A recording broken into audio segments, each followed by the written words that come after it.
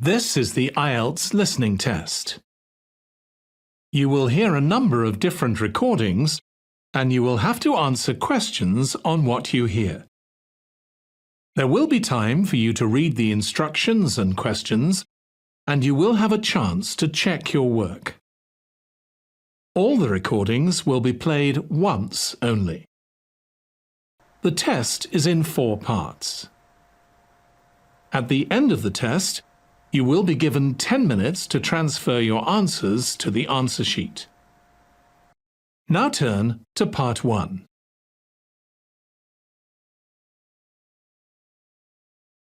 Part 1. You will hear a phone conversation between the manager of a community centre and a woman who is inquiring about art classes in the centre. First, you have some time to look at questions 1 to 6.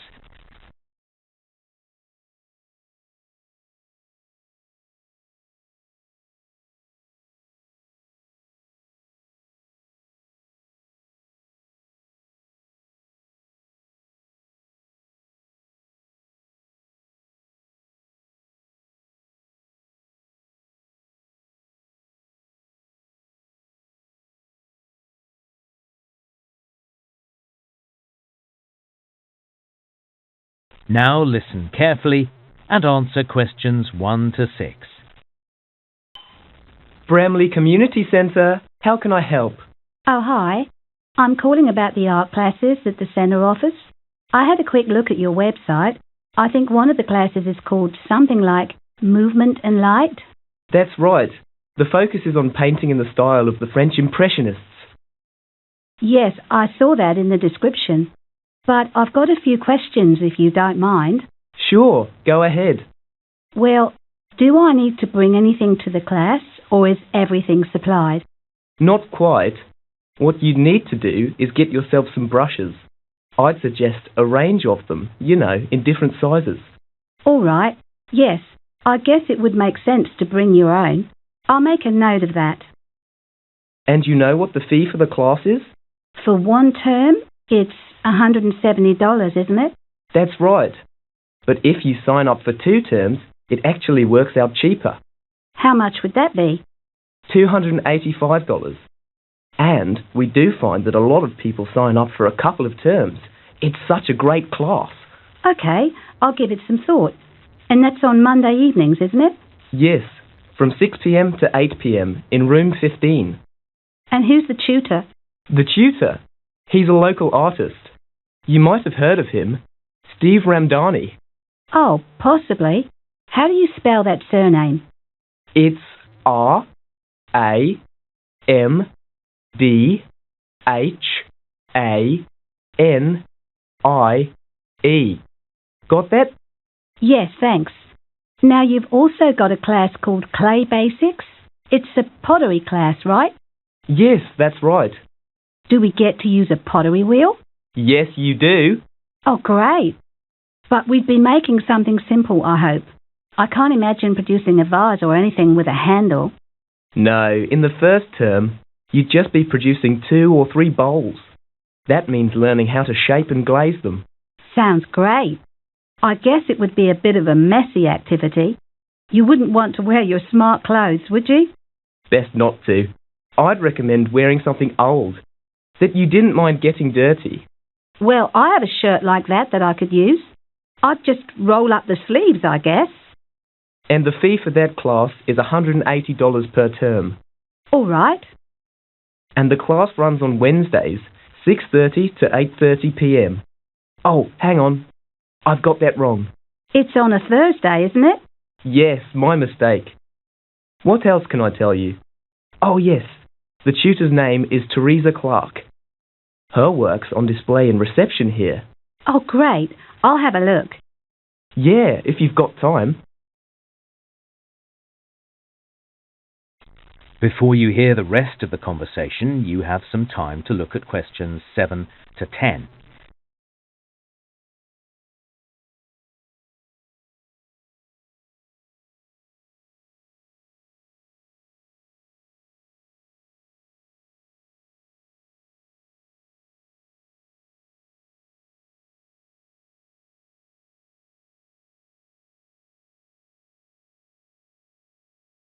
Now listen and answer questions 7 to 10. Now the other class I thought looked interesting was sketching architecture. Oh yes, for that one, everyone goes down to the local park because it's surrounded by so many beautiful old buildings. Oh, right. Like the old post office. Well, I think you begin by drawing the library. There's a good view of it from the park, I believe. Okay, nice. Actually, come to think of it, I think I've seen the sketching class down in the park when I've driven past. Don't they all take a fold-up chair with them? I believe so. Is there anything else I ought to know? Well, the people who do the class, they tend to make a sandwich for themselves and bring that along. So I'd recommend you do that too. Good idea. I get grumpy when I'm hungry. All right. That's $160 per term for that class, and it's on Fridays from 11 a.m. till 1. So, if the classes are in the park, that's quite a big area. Where do we actually meet? Good point. Everyone usually heads along just before 11 a.m. and they meet each other at the top of Victoria Street, at the Station Road end. So, on the corner? Great. And the tutor is? Annie Lee. You know what? I'll have to think about the other two, but I'd definitely like to enroll for Annie's class. I'm happy to pay now. In that case, you're going to need Annie's cell phone number in case you're running late or the class gets cancelled. I see. Okay, what's the number, please? It's 021 785 6361. Just text her if there's a problem. Now, how would you like to pay? We can do cash or maybe...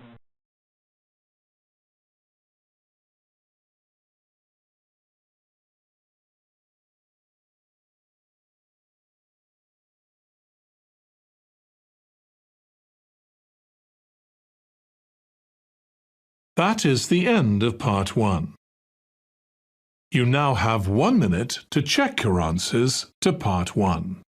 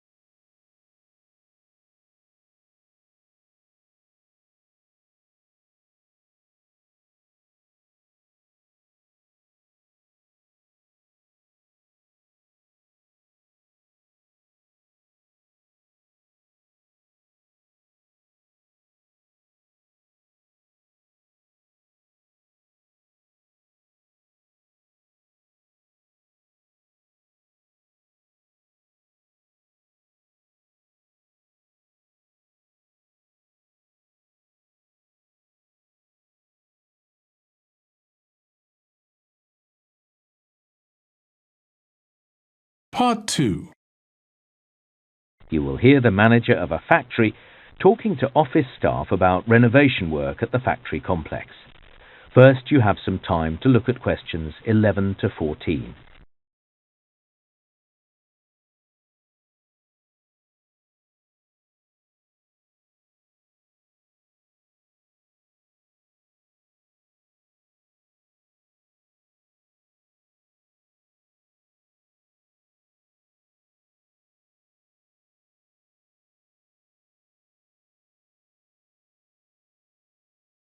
Now listen carefully and answer questions 11 to 14.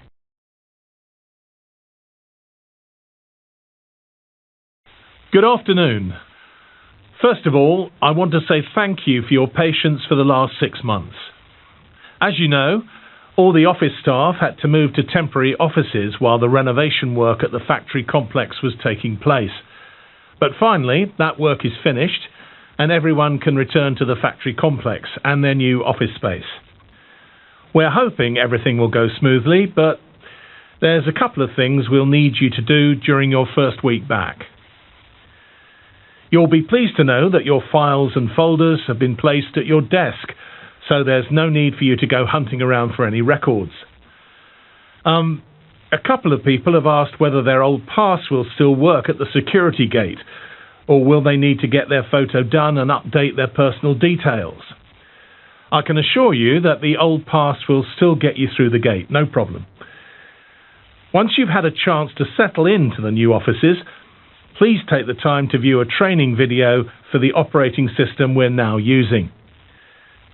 We think it's going to manage all our programs far more efficiently. Obviously, the sooner you can get this done, the better. Also for next week, because the renovations have meant a complete redesign of some of the company's buildings, you'll need to attend a session on things like what to do if you hear the fire alarm go off, and where to meet if you have to evacuate the buildings. We'll let you know as soon as we have a definite time for that. It's going to be a busy week for everyone, but hopefully the kind of challenge that can help bring the team together. We'll make a time for you to report back to me on Friday. All right. We've also taken some steps to improve the physical environment in your offices. Bigger windows mean that the offices are a lot brighter, and that's better for your eyes. Inside, we've replaced some dividing walls with coloured glass panels. They look great. We've also invested in some adjustable chairs. You can lower or raise them to whatever height feels right for you. What else? We've now got some quality insulation in the ceilings and walls that'll make everything a lot warmer. Also, another thing, we've set aside several rooms for project work. That will allow a team to get together around the same table. We feel that more opportunities for face-to-face discussion will benefit the whole company. So, when you come next... Before you hear the rest of the talk, you have some time to look at questions 15 to 20.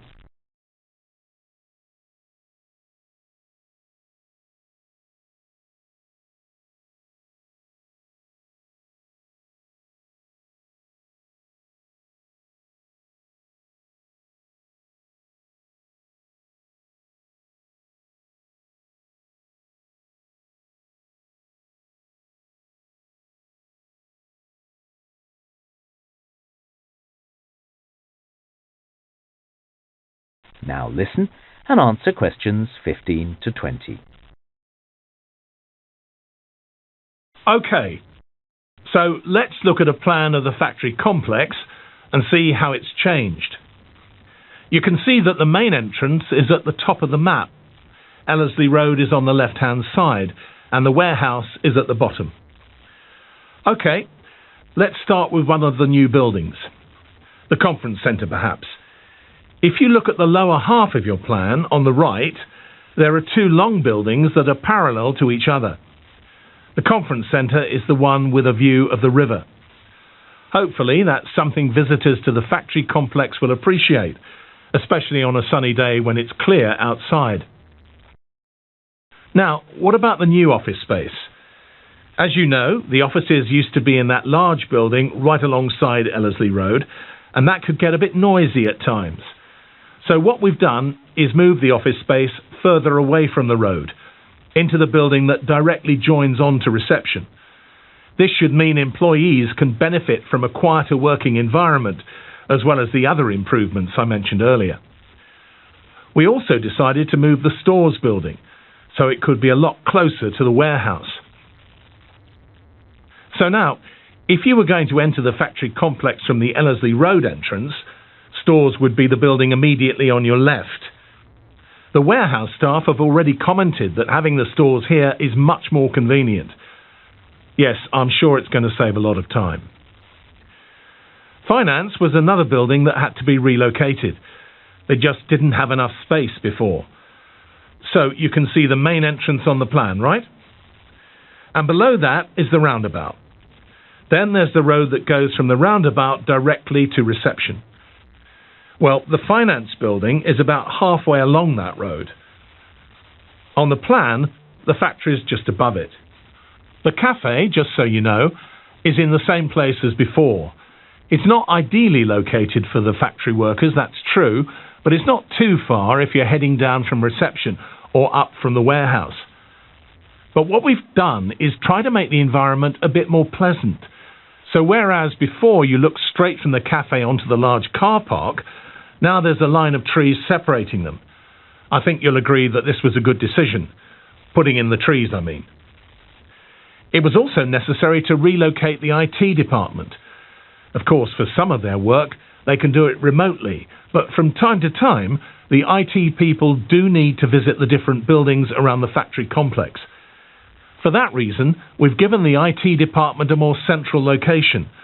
It's that square building you see right in the centre of the plan, one of the closest buildings to the larger car park. Something I'd like to say about the car park, actually.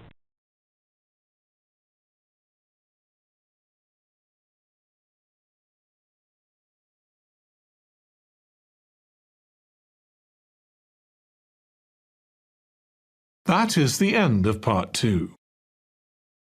You now have 30 seconds to check your answers to part 2.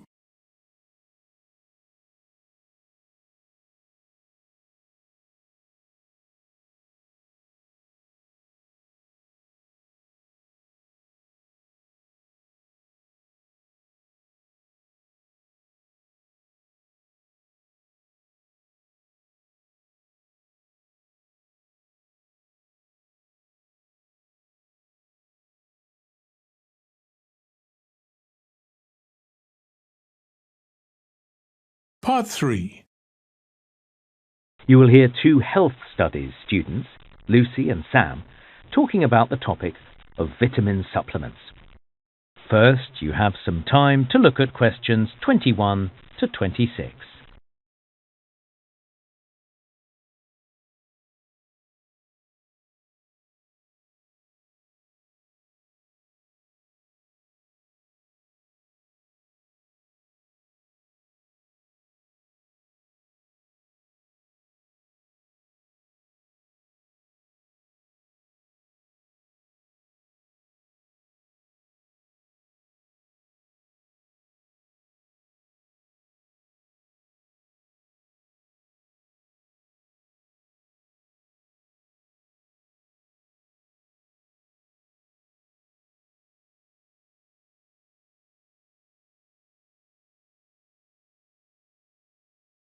Now listen carefully and answer questions 21 to 26. OK, we've looked at the history of vitamin supplements and thought about why people take them. We've also considered the reasons why some health professionals are critical of the vitamin supplement industry. Now work with a partner and discuss the key issues. Sam, shall we work together? Sure. Let's go over the history. Well, before the 1900s, when someone became weak and tired, and it wasn't clear why, doctors assumed they were suffering from an infection, like a virus. Or they'd been in contact with something poisonous or harmful, something they'd handled or eaten. Doctors had no other explanation for it. But in the early 1900s, that changed. That researcher in the US, Joseph Goldberger, he realized people who basically lived off corn, they were getting ill because they weren't eating anything else. Exactly. And other researchers were realizing the same thing. Like in places where people only ate white rice, they were suffering from a disease called beriberi. So the researchers concluded that there must be something missing, that the stuff some people were eating had no nutritional value. And from there, researchers began to identify vitamins, like A and B, for the first time. A huge scientific breakthrough. So doctors, the public, everyone got to hear about vitamins. First, that they existed, and second, you needed them to be healthy. But it was governments that were really worried about vitamin deficiency. Certainly in the US and in the UK at least. What do you mean? Well, in the 1930s, those governments were worried about people's general health because everyone was suddenly buying canned fruit, artificial butter, meat in tins, that kind of thing. It became very common, and so newspapers were featuring lots of government reports about how serious this was. I see. And then some people saw a business opportunity. Naturally. In the 1940s, companies started making and selling vitamin supplements in bottles, and they decided the easiest way to market them was to target housewives. Why was that? Because housewives were responsible for keeping families healthy. I'd say so. In the weekly magazines Housewives read, the companies made exaggerated claims about what the supplements could do, and they showed pictures of rats in a laboratory before and after they were given vitamins. The before pictures showed the rats looking very sick. So they scared the housewives into buying their products? Apparently. But vitamins were still expensive, weren't they? It wasn't until the 1950s that more people could afford to buy them. Why was that? Well, manufacturers had discovered how to produce vitamins artificially and in enormous quantities in their factories. I suppose that's what goes on with any product. It starts expensive until manufacturers adapt their technology. Were there any developments in the 1960s? Companies changed their promotional strategy to increase their sales. They used movie stars to say how effective the supplements were. That's still true today. Celebrity endorsement really seems to work. Someone on the TV says vitamins have made them healthier, and immediately more consumers go out and buy them. Before you hear the rest of the talk, you have some time to look at questions 27 to 30.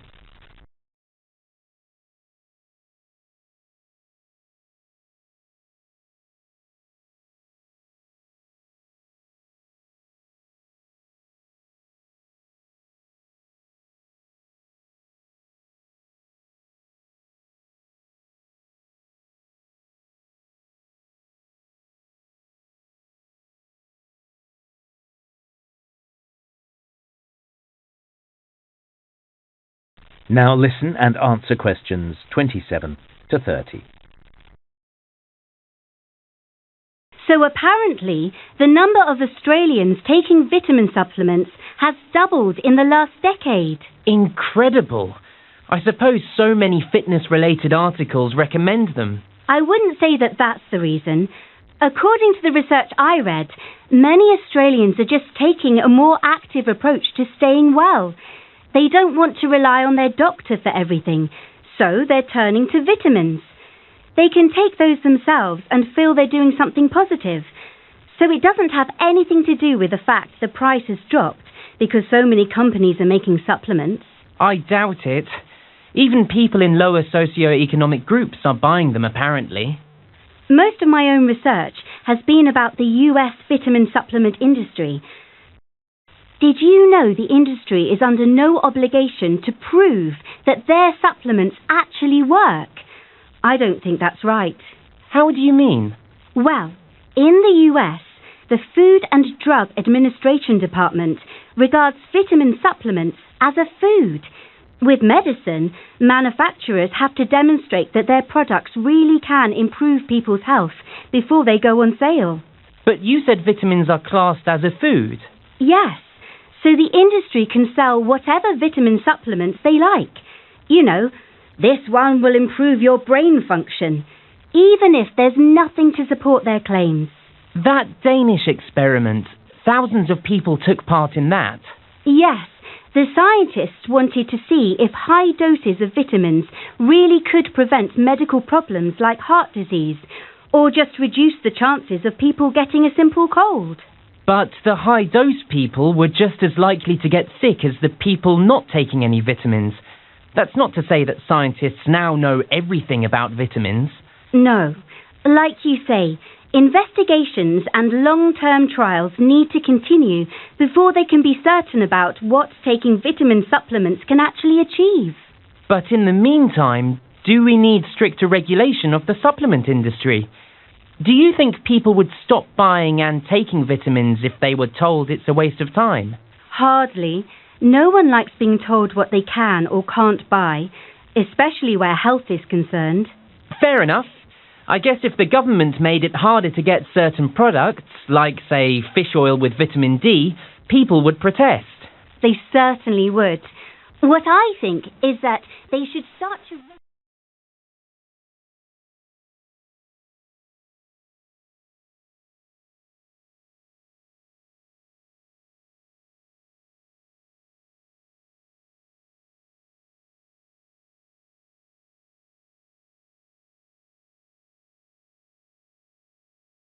That is the end of part 3.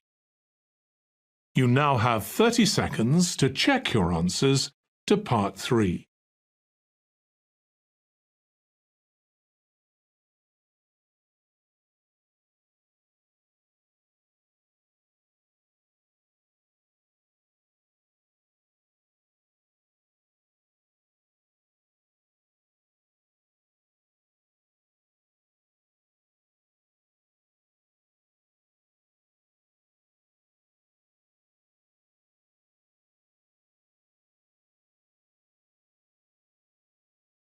Part 4.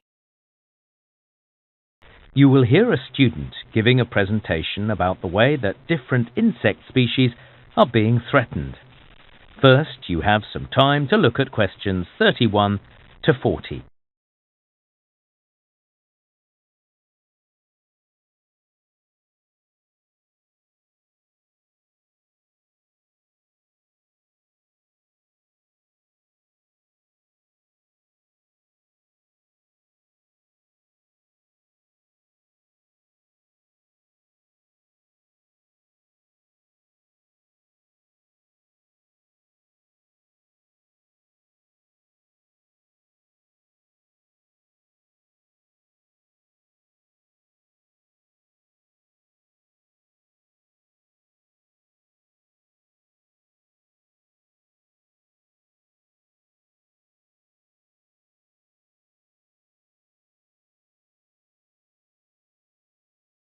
Now listen carefully and answer questions 31 to 40. So today I'm going to be talking about the way that different insect species are being threatened. In other words, the reasons why some insect populations are declining and might even become extinct in the 21st century. I'll also talk about the consequences if extinction occurs and some possible ways to prevent that. Let's start with the reasons. First of all, when we look at what's going on in Europe, we can see a huge decline in certain species of insect. This is partly because farmers no longer allow certain plants to grow in their fields. But farmers are not entirely to blame. The gardens that people have nowadays don't always contain the kind of plant that insects need. So perhaps we need to rethink what we're putting there. In more tropical regions of the world, for example, the Amazon rainforest, scientists have noticed that the number of beetle and butterfly species also appears to be diminishing. They put this down to climate change, rather than, say, the fragmentation of habitat, but more research has to be done. And then there's the use of pesticide, and of course, this happens everywhere in the world. Pesticide is designed to kill a range of insects that farmers don't like, but it also kills bees, which they need. Pesticide might not kill bees directly, but we know that it impacts on their spatial skills, meaning they cannot make sense of what they see around them, and also their memory. This means that they cannot remember how to get back to their hive. So, why worry about whether insects become extinct? Well, the consequences would obviously be terrible, not just for them, but for us. Pretty much everywhere on the planet, with the exception of Antarctica, insects are at the bottom of the food chain. They're absolutely vital, because if there were no insects, there would also be no birds or lizards or mammals. Then there's the role that insects play in crop production. We use them to pollinate our fruit and vegetables, and it would be impossible to manage without them. It's also worth remembering that scientists are now studying plants to find out whether they might be a source of medicine in the future. If these plants disappear because of insect extinction, that would be another lost opportunity. So, there's some possible ways we could prevent insect extinction, some more controversial than others. I think it's a given that governments have to do something about the sale of pesticides. In fact, some countries have already passed laws to ban certain products. That's a good move forward. But ordinary people can also make a difference. If we cut down on how much meat we ate, some of the land now used for grazing could be turned back into insect-friendly environments.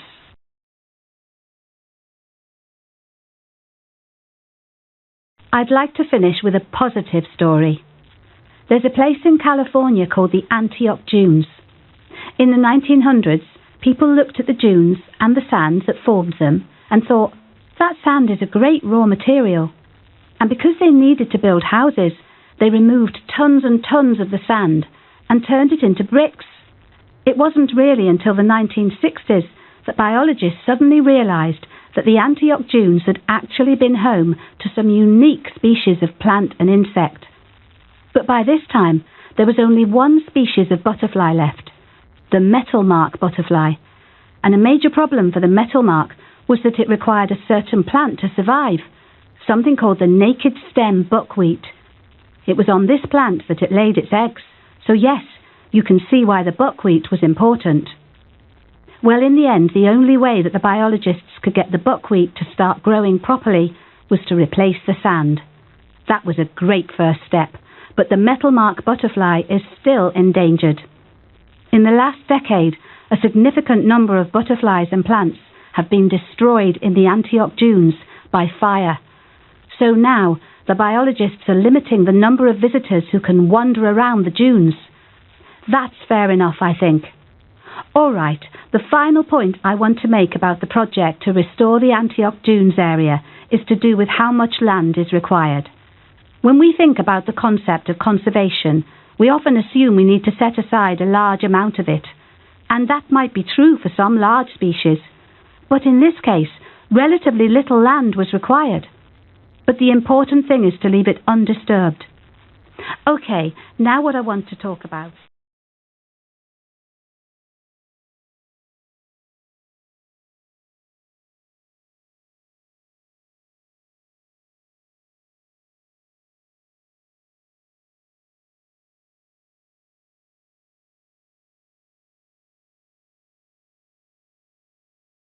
That is the end of part 4. You now have 1 minute to check your answers to part 4. That is the end of the listening test. In the IELTS test, you would now have 10 minutes to transfer your answers to the answer sheet.